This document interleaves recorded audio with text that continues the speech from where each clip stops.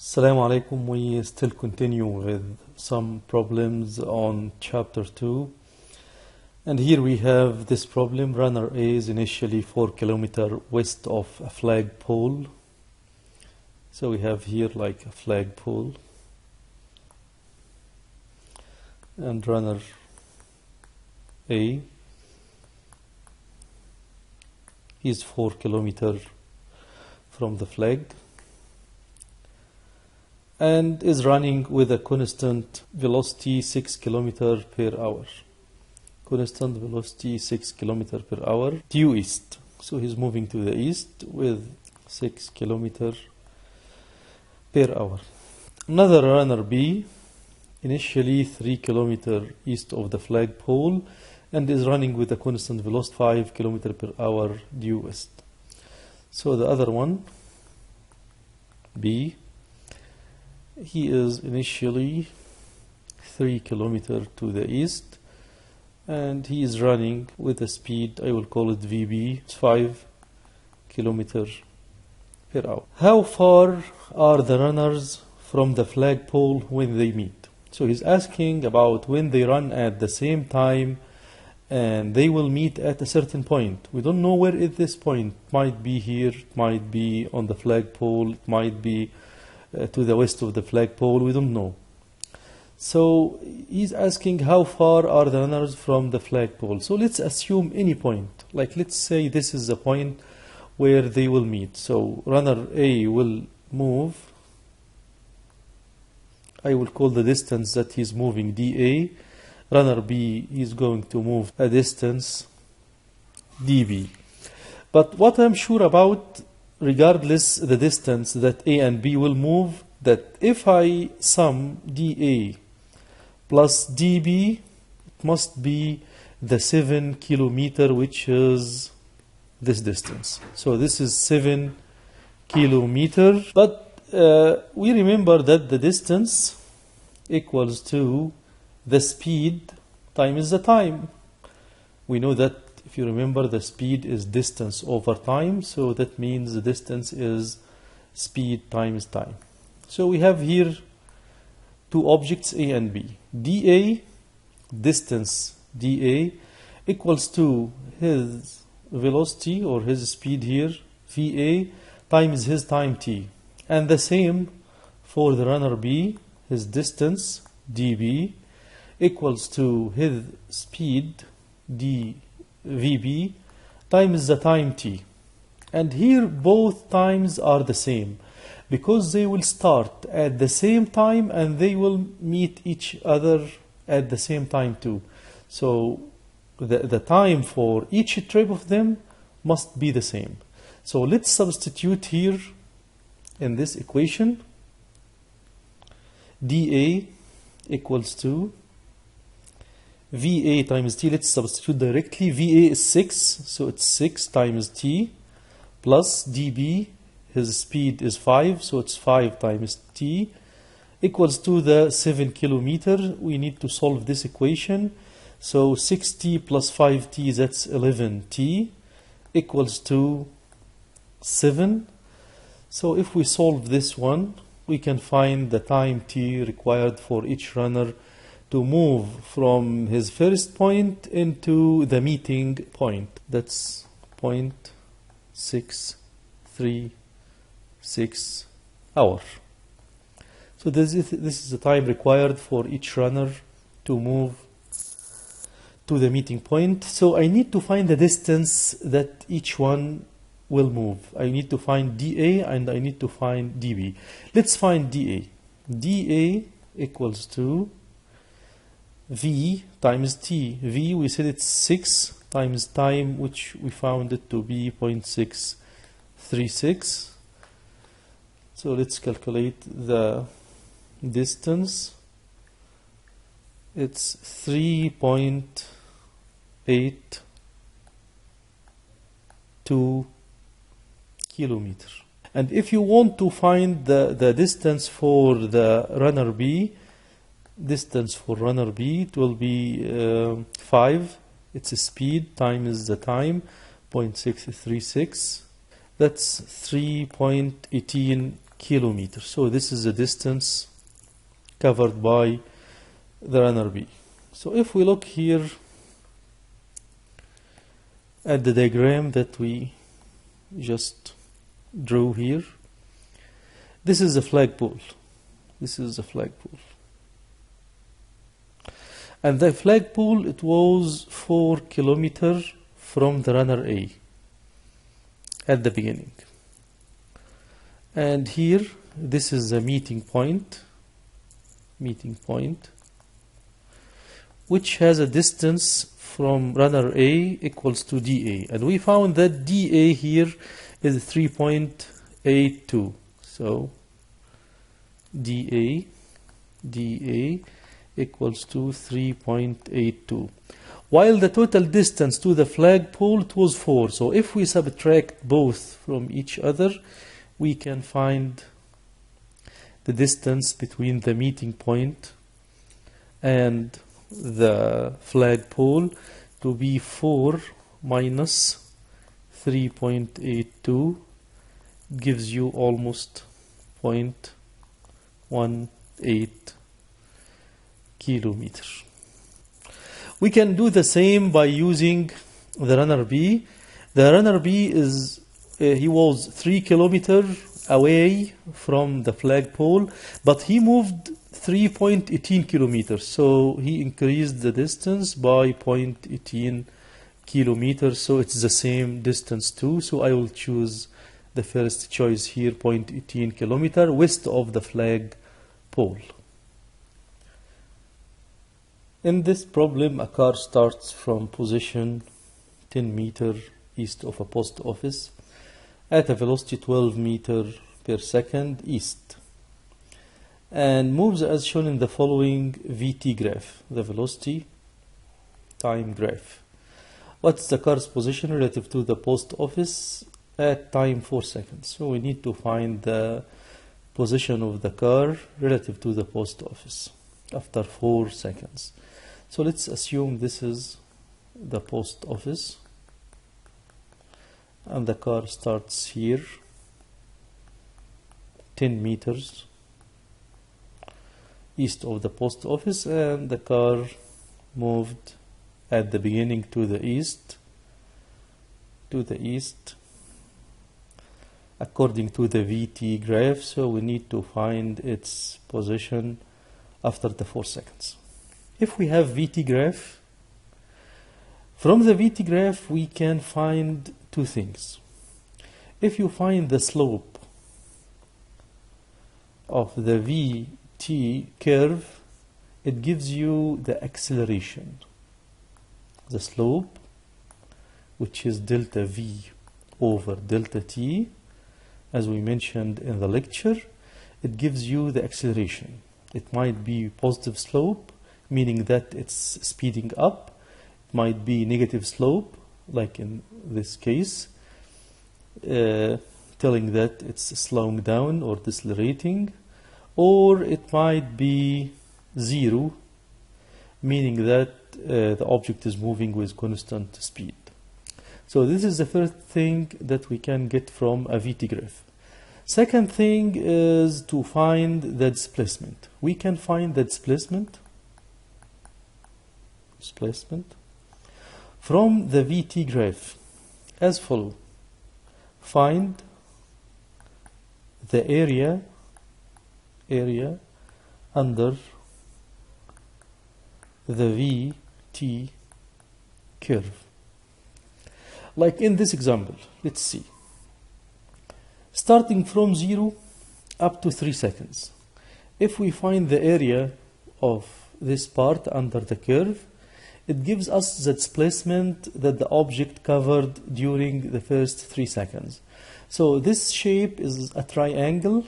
The triangle has an area here, half times base times height. This is a triangle area. So the area here is half times the base, which is here 3, times the height. Height here is 12. It gives you 18. So the area here is 18 meter. The displacement is 18 meter. What about the other part from 3 to 4? The area in the second part, let's call it A2. It's half times the base. The base here is from 3 seconds to 4 seconds. That means it's 1 second. Times the height. The height here is -4. -4 giving you -2 meters. So the displacement here is -2 meters. So take care that the positive area gives you positive displacement. The negative area, which is under the x-axis, gives you a negative displacement. So what's the total displacement here? Total displacement is 18 minus 2 gives you 16 meters. This is the total displacement of the object. If you want to understand the meaning of 18 meters and -2 meters, that means the object moved to the right 18 meters and then it moved back for 2 meters. So it reached a certain position. This position is 16 meter from the original position. So he's asking now about what is the distance or what is the car's position relative to the post office. This is the post office here, and this is the final position of the car. If we try to calculate it, that's 16 meters and that's 10 meters. So the total is 26 meters, which is the first choice here. So we learned today from the VT graph that we can get the slope to find the acceleration, or we can get the displacement by finding the area under the curve of the VT graph. Two children at the airport decide to race from one end of the 20-meter long moving sidewalk. As we know, in the airports there are sidewalks that you just move on and it takes you from a certain place to the other. So it's moving. You don't need to move on the sidewalk. But here the two children at the airport, they decide to race from one end of a sidewalk. Let's say that this is a sidewalk. It's a movable sidewalk. So they start from one end to the other. It's 20 meter sidewalk. John runs, the first one, John runs on the sidewalk. So John himself, he runs on the sidewalk. So if he's going to run on the sidewalk, and the sidewalk itself, it's moving. So the sidewalk will help him in half of the trip, and it will resist him in the other half of the trip, because he will move in the same direction like the sidewalk for half the trip, and he will move against the sidewalk direction for the other half. So the first half, the sidewalk will help him moving faster, but on the other half of the trip it will resist him and it will make him slower in his running. So John runs on the sidewalk at 2 meters per second. That's relative to the sidewalk. Let's call the sidewalk S. I will call John J. So now he is giving us the velocity of John relative to the sidewalk to be 2 meters per second. But take care, this velocity will be to the right, or it's a positive in the first half, and it will be to the left, or it will be negative. So it will be positive in the first half, and while he's returning back, it will be negative in the second half of the trip or in the race. The other guy, his name is Mike. He runs on the floor, so the floor is fixed. So he is going to tell us about his real speed at 2 meters per second. So Mike, the other one, Mike, he will run the same distance, which is 20 meter forth and 20 meter back. He will run with a speed 2 meter per second. So the velocity of Mike will be 2 meter per second forth and back the same, 2 meter per second. If you want to talk about the velocity, not the speed, it will be positive at the first part and it will be negative in the second part. But here we only need the speed, not the velocity like the first one. The sidewalk itself moves with speed 1.5 meter per second relative to the floor. So this is its real velocity. So the real velocity of the sidewalk, it's 1.5 meter per second. And let's assume it's to the right, so it will be positive the whole trip. Both make the run instantly with no loss of speed. So they will start at the same time, they will end at the same time. There is no loss or there is no stopping inside the race. And he's asking now, who wins the race? Who wins the race and by how much time does he win? So we need to know the time required for each of the runners. Let's start with Mike.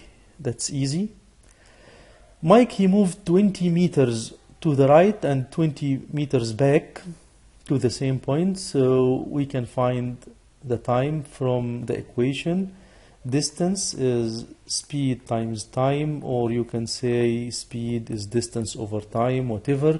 So the time for Mike will be the distance over the speed. So that's Mike, that's the distance of Mike, and this is the speed of Mike. We can take the whole trip one time. So I will say instead of 20 meter forth and 20 meter back, I will say the whole distance is 40 meter divided by his speed, which is 2 meter per second, because he didn't change his speed. So we can take it as one trip. It gives us 20 seconds.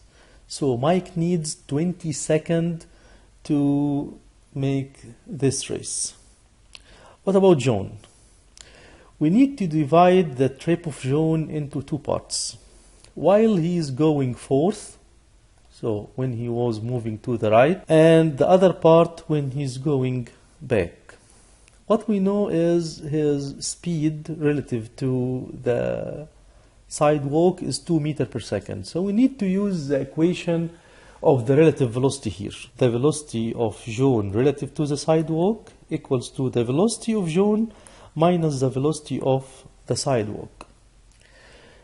To find the time, we need to find the real velocity of John, which is V John will be V John relative to the sidewalk plus, we will take this one to the other side, will be plus the velocity of the sidewalk.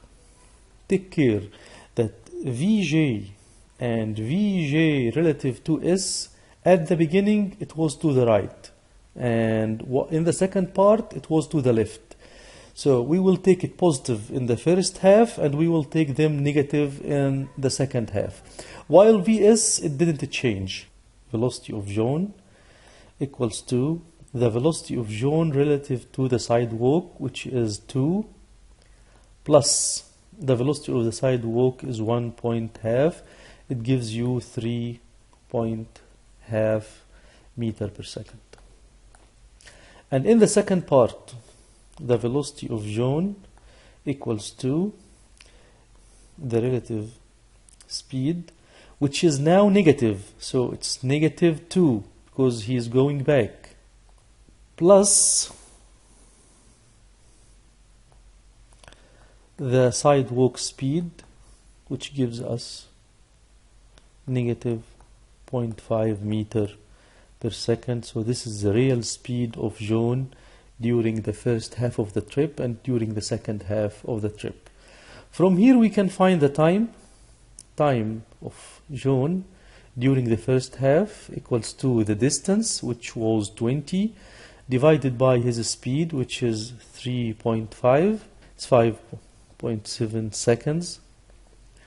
And during the second part, time of John during the second part, it's the distance, which is also 20 meter, divided by his speed, which is 0.5 meter per second.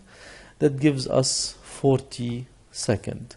So the total time required by John, I will sum the first time plus the second time, excuse me, the first time plus the second time. So the total time for John will be 45.7 seconds.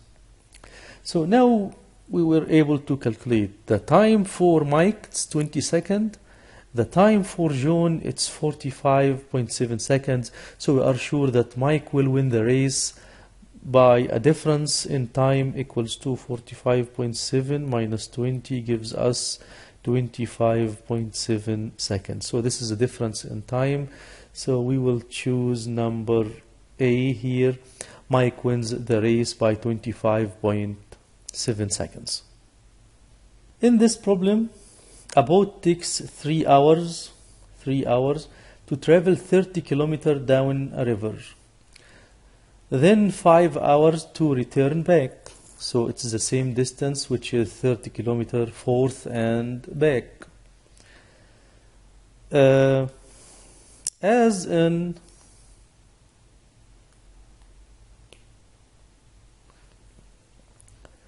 the figure below, actually there is no figure here and we don't need it. If the speed of the boat is the same for both trips, when he says here the speed of the boat, he means the relative speed with respect to the water or the stream or the river. Okay, so this is relative speed relative to the stream of the water in the river. So if we assume that we have the water here and this is the boat, okay, so the boat moves a certain distance, which is 30 kilometers forth and then 30 kilometers back. He took 3 hours when it was moving forth and 5 hours when it was moving back. And because it took only 3 hours when it was moving forth, that means the stream is in this direction, because the stream helps the boat to move faster if it moves in the same direction, and it resists the boat if it is moving against the stream. So he says here the speed of the boat, which is the speed of the boat. I will say the boat is B, the stream is S, or the river is S. Relative to the stream, it's the same, so it does not change. But the real speed of the boat changes. The real speed of the boat changes.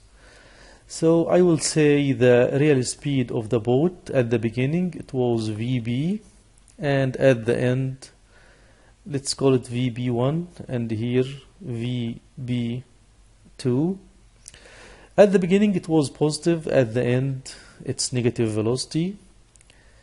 Okay, VBS also, it will be positive at the beginning, it will be negative at the end. The velocity of the stream of the river, it's fixed because river stream does not change, and it will be positive according to our drawing here. I will call it VS. What is the relation here between V boat and V stream and V boat relative to the stream? As we know that V boat relative to the stream equals to V boat minus V stream. At the beginning, V boat relative to stream is positive. V boat also positive, and V stream is positive. During the second part, V boat relative to the stream will be negative, and V boat also is negative, and V stream still the same. Okay, Let's see. Here we have the time. And we have the distance, which is 30 kilometers. So we can find the real speed of the boat.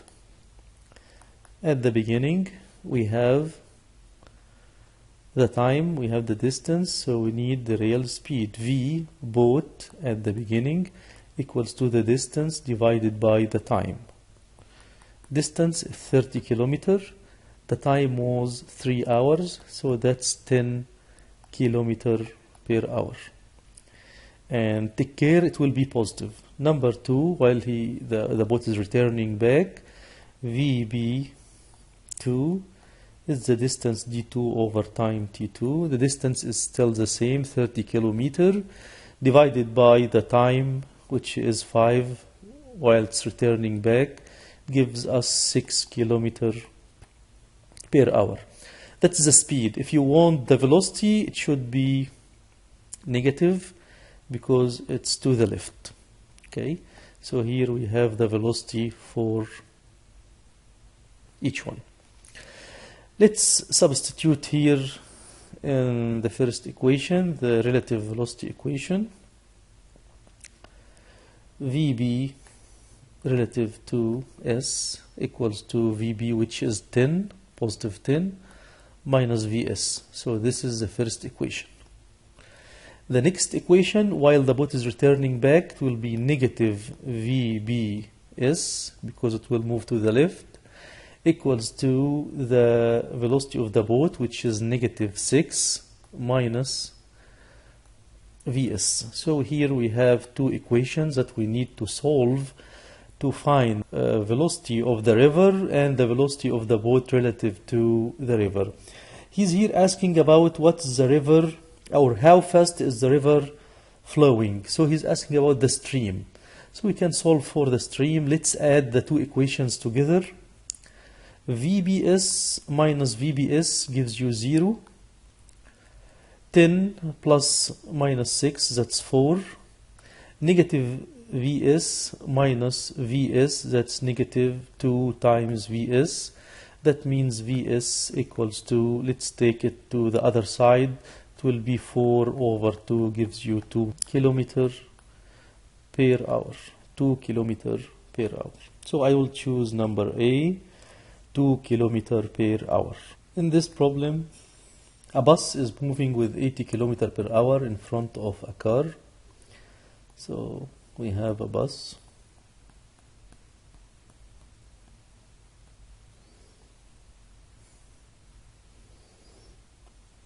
And this bus is moving in front of a car. The bus is moving with 80 kilometers per hour. The car is moving at 100 kilometers per hour. If the distance between the bus and the car is 5 kilometers, 5 kilometers, how long it takes for the car to reach the bus if their velocities remain unchanged? So the relative velocity between the car and the bus, it will be V car relative to the bus, it will be V car minus V bus. V car is 100 minus V bus is 80, so the relative velocity between them is 20 kilometers per hour. So this is the approaching speed. Like if somebody is sitting here in the bus and he's looking at the car, he will see the car approaching him by a speed 20 kilometers per hour. So the distance between them, it was 5 kilometers. So what's the time required for the car to approach the bus? We know that the speed is distance over time. So the time here will be the distance over the speed. This is the time to approach and reach to the bus. So it's the relative distance between them, relative, over the relative speed. Relative distance is the 5 kilometer and relative speed it's 20.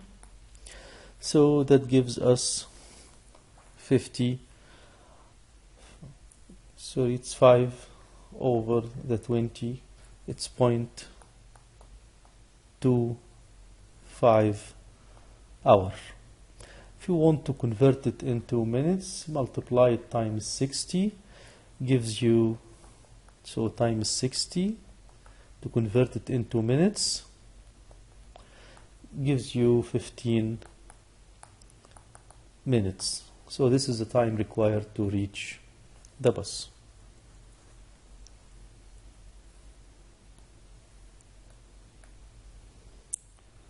In this problem, the graph below shows the speedometer reading obtained as the skateboard travels along a straight line path. How far does the board move between the time 1 second and 5 seconds? Let's look at this graph. That's VT graph.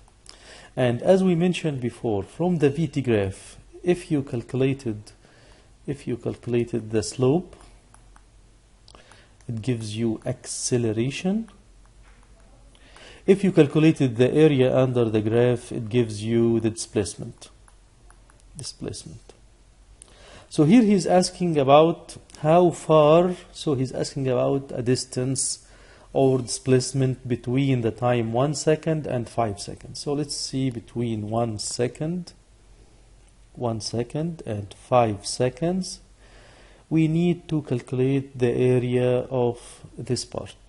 We can divide this area into a triangle and a rectangle here and a rectangle on the other side, and let's sum the three areas together. So the first one is the triangle. Its area is half times 2, that's 1, times the height, which is 6 minus 4, that's 2. So the area is 2. The rectangle, the base is 2 times the height is 4, that's 8. And the third part, this rectangle, the area is 2 times 6, so that's 12. So the total area is 22 meters. So the displacement starting from 1 second into 5 seconds, it was positive 22 meters. That means the object moved this distance during this period, so I will choose 22 meters. A ball rolls off a horizontal table at 0.3 meter per second and strikes the ground, so it's obvious that this is a projectile. So if we have a table like this one and the object will get off the table with a speed 0.3 meter per second, it will leave the table as a projectile and moves in the curve until it reaches to the ground.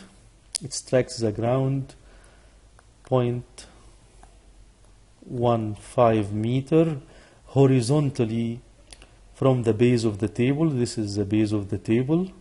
This is the base. How high is the table? We need to find the height h of the table. Assume air resistance is negligible, like all the projectile questions that we have in this textbook.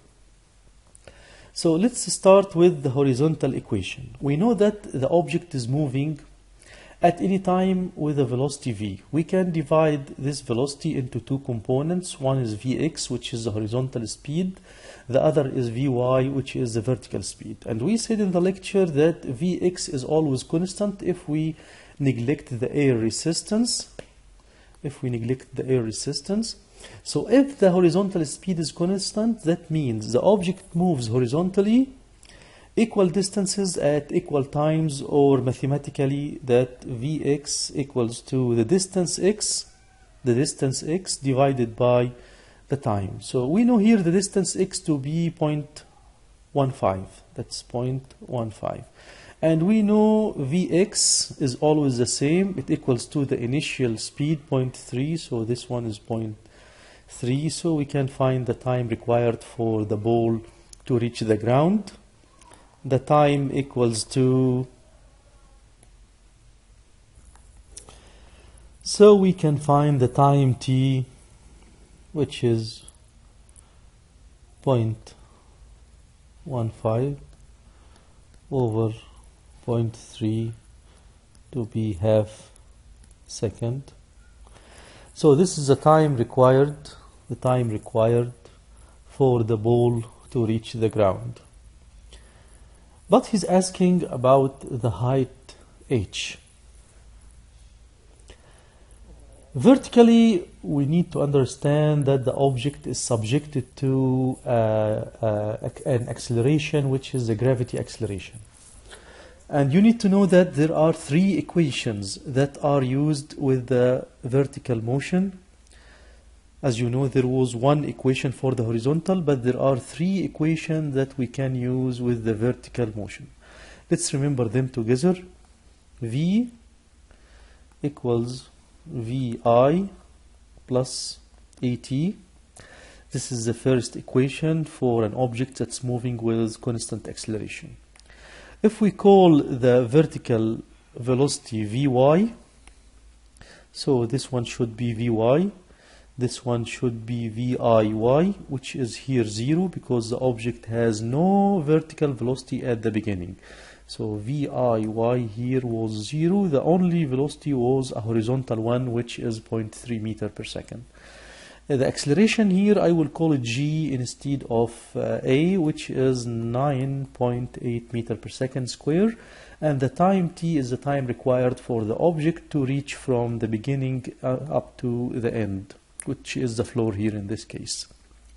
So this equation is used to find the vertical velocity of the object at any time. What's the second equation? Second equation is S equals V IT plus half times A times T square. In our case, S is the height, or we call it sometimes the vertical displacement. Vi, it's Viy, which is in our case is 0. A is the acceleration of the gravity, which is 9.8. And the t square, the time, is the time required to reach the certain point, which is the ground here. The last equation that we don't use it, but maybe sometimes we might need it, so let's write it down. It's V square equals to Vi square plus 2 times A times S.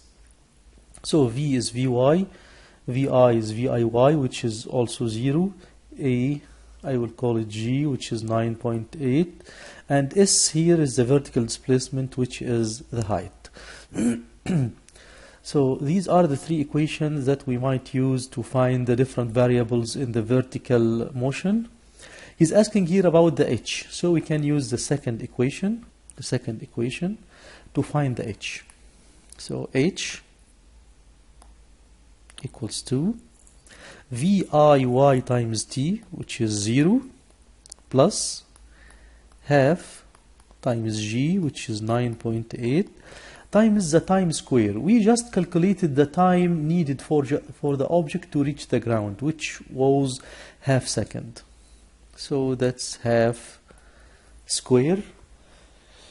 Just use the calculator to find the h. So it's half times 9.8 times 0.5 square gives us 1.225, or approximately it's 1.23 meters. So this is the height of the table h, which is the first one here.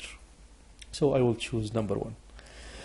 What if he's asking you find the vertical velocity of the object at this time? The vertical velocity of the object. We can use the first equation, Vy equals Viy, which is 0, plus g, which is 9.8, times the time, which is 0.5 seconds. If you calculate this one, gives you 4.9 meter per second. So this is the vertical speed of the object before it touches the ground. This question, in which case the acceleration of the car is perpendicular to its direction of motion. Direction of motion is the direction of the velocity.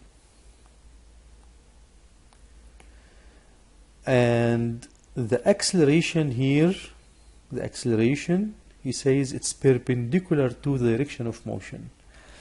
If you remember the circular motion, we said that the velocity is always tangent to the circle, while the acceleration goes toward the center of the circle. So in each case, the acceleration and the direction of motion, they are perpendicular to each other. So let's see which one is saying that. When the car is moving in circular path with constant speed. So this one is the right one. When the car is slowing down in straight road. This one is not right. When the car is speeding up in a straight road. This one also is not right. When the car is in free fall, no. Because in free fall, the object is moving. It's either downward or it's moving upward, while the acceleration is downward, so they are either in the same direction or in opposite direction. The last one, the acceleration of the car cannot be perpendicular to its direction of motion, and that's not right too. So the right one is the first one. It's in the circular motion when the object moves with constant speed. Let's see this one about the projectile again.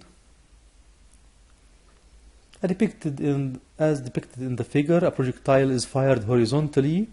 So horizontally, there is no, this Vi is the Vx initial, so it's Vx at any time. While Vy initial is 0. There is no vertical component for the velocity at the beginning. If from the top of a cliff 80 meters, so this is h, which is 80 meters, how far from the foot of the cliff, will it strike? So he's asking about what we call range or the horizontal distance x. To find the x, we know that the velocity or the horizontal velocity Vx equals to the distance velocity x divided by the time. So to find x, you need to find Vx, which is known here to be 30, but we don't know the time of the trip. So we need to know the time of this fall before we calculate the x. So let's go to the vertical part. We know h is 80, and we know that Vyi is 0. So we can use that equation that we used before, this one.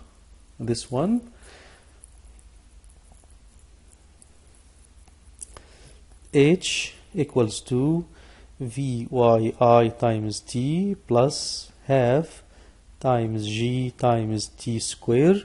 We know that this one is 0. H here is 80 meter. That's half times g, which is 9.8.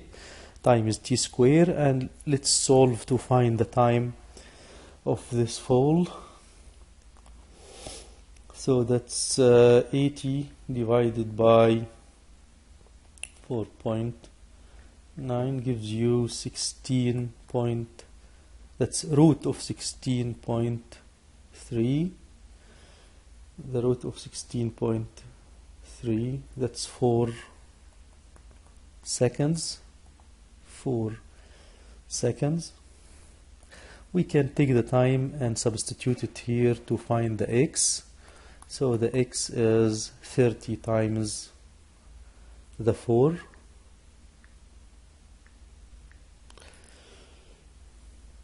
It should be 4 point something, by the way. It's not exactly 4. So it's 121 meters, which is the first choice here. Again, if he's asking about the vertical velocity at any time, you can use the first equation, Vyi plus gt. This one is 0, so it's 9.8 times the time of the trip, which is a 4 point whatever, and you can get it. 3 balls of different masses are thrown horizontally from the same height with different initial speeds. So if we throw balls from the same height at different initial speeds, this one will move like this. This one will move making higher x distance. This one moves like this, moving. So the range here is greater than the range here is greater than the range in the first case. But for the 3 cases, they will have the same time to reach the ground. Why? Because their initial vertical speed, Vyi, all of them are the same, which is 0. And also the height for each of them is the same, so they will need the same time. If we look at the equation that we used before, h equals to Vyi times t plus half times g times t square. The height for all of them is the same. Vy is the same, it's 0. And g is the same. G for all of them is the same, so I expect that the time for each one will be the same. So the time t1 equals to t3 equals t1 equals t2 equals t3. So I will choose this one. They will have the same time to reach the ground. An elevator is moving downward. It is slowing down. It's moving downward and is slowing. So we will focus on this word, downward, and it's slowing. It is slowing down as it approaches the ground floor. Which of the following VT graph, velocity graphs, best represent the motion of the elevator? Here it's velocity. And because the object is moving downward, so the velocity must be negative velocity. So I cannot use this one because the velocity here is positive. I cannot use this one because the velocity here is positive too. So I would go for, it's either number 2 or number 4. And he says the second part, it is slowing down. Slowing down meaning that the value of the velocity decreases with time. So the value or the amount decreases with time. If you look here at the last one, you will find that the velocity increases in the negative direction. So it moves away from the 0. It moves away from the 0, meaning that it's speeding up, but in the negative direction. While in the second one, you will see that the velocity, it reaches the 0, meaning that the object is slowing down. So I would go for this green one, number 2. The speed versus time for a particle moving in a straight line is represented in the figure below. What is the particle acceleration? So we said from the VT graph, if we find the slope, we can find the acceleration. Here he's asking about the acceleration at time equals 3 seconds. 3 seconds, which is here at this point.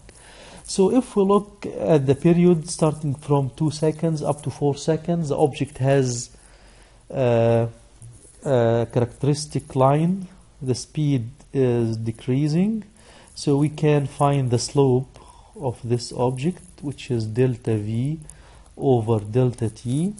So the acceleration is delta V. Delta V here is the final speed, which is 0, minus the initial speed, which is 4, divided by the time, which is 4 minus 2, which is 2, gives you negative 2 meter per second square.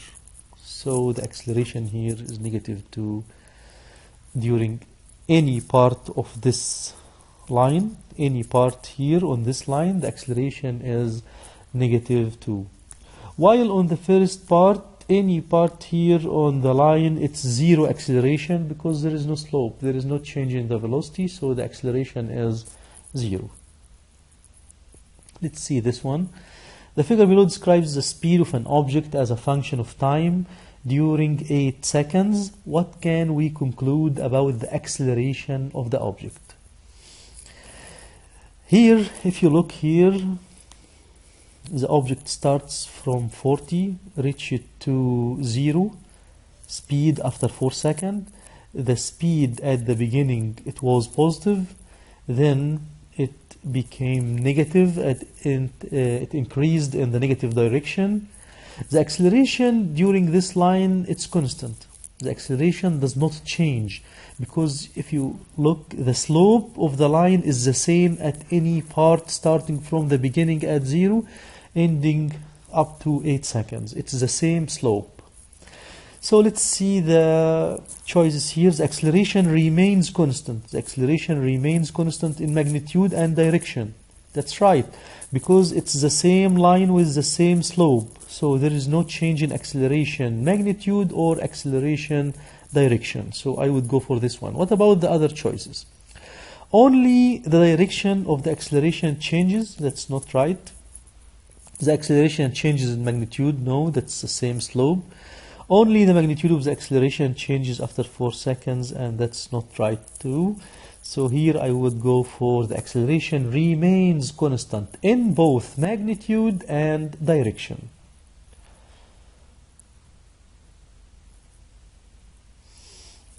We studied some similar question before, like this one. Let's see this one. Two balls are at the same height and released at the same time. One ball is dropped and hits the ground 3 seconds later, so it hits the ground in 3 seconds. The other initially moves horizontally at a speed 10 meters per second as shown in the figure. How far does the second ball travel horizontally before it hits the ground? Both of the two balls will reach the ground at the same time because they have the same vertical initial velocity, which is 0, and they have the same height from the ground. The same height from the ground. So they will reach the ground at the same time. This time is given here 3 seconds. So the time required here is 3 seconds. So let's focus on the projectile here. The projectile has Vx is 10 meters per second, and we said that the horizontal speed or the horizontal velocity here, the horizontal velocity does not change at all if we neglect the resistance of the air. So how far does the second ball travel horizontally before it hits the ground? So he is asking about the distance x. So x equals to the Vx times the time. So Vx is 10 meters per second times 3, it gives us 30 meters. So the horizontal will be 30 meters. Of course, he might ask you about the vertical speed of the projectile after the 3 seconds. So you would go Vy equals Vyi plus Gt. This one is 0. So it's 9.8 times the time, which is 3 seconds, and you get it. So this is for the projectile. Let's see this one.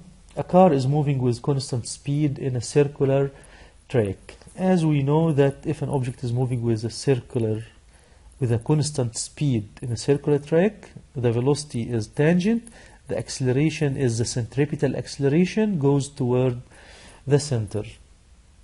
As shown in the figure, in which direction will the acceleration be at point A? So at point A, this point, the velocity will be to the east. Let's draw it again. The velocity will be to the east, while the acceleration goes toward the center, so it will be north. So the acceleration will be to the north, while the velocity will be to the east. If the object, let's say it will be here in this part, so the acceleration will go to the west. If it is north, the acceleration will go to the south, and so on. So that's how we can find the acceleration direction for an object moving with a constant speed in circular track. So I think that's enough problems today, and I hope you enjoyed solving these problems. If you need any question, just come to my office during the office hours or any other time. I will be happy to discuss with you any of the problems that you might face, inshallah. Assalamu alaikum wa rahmatullahi wa barakatuh.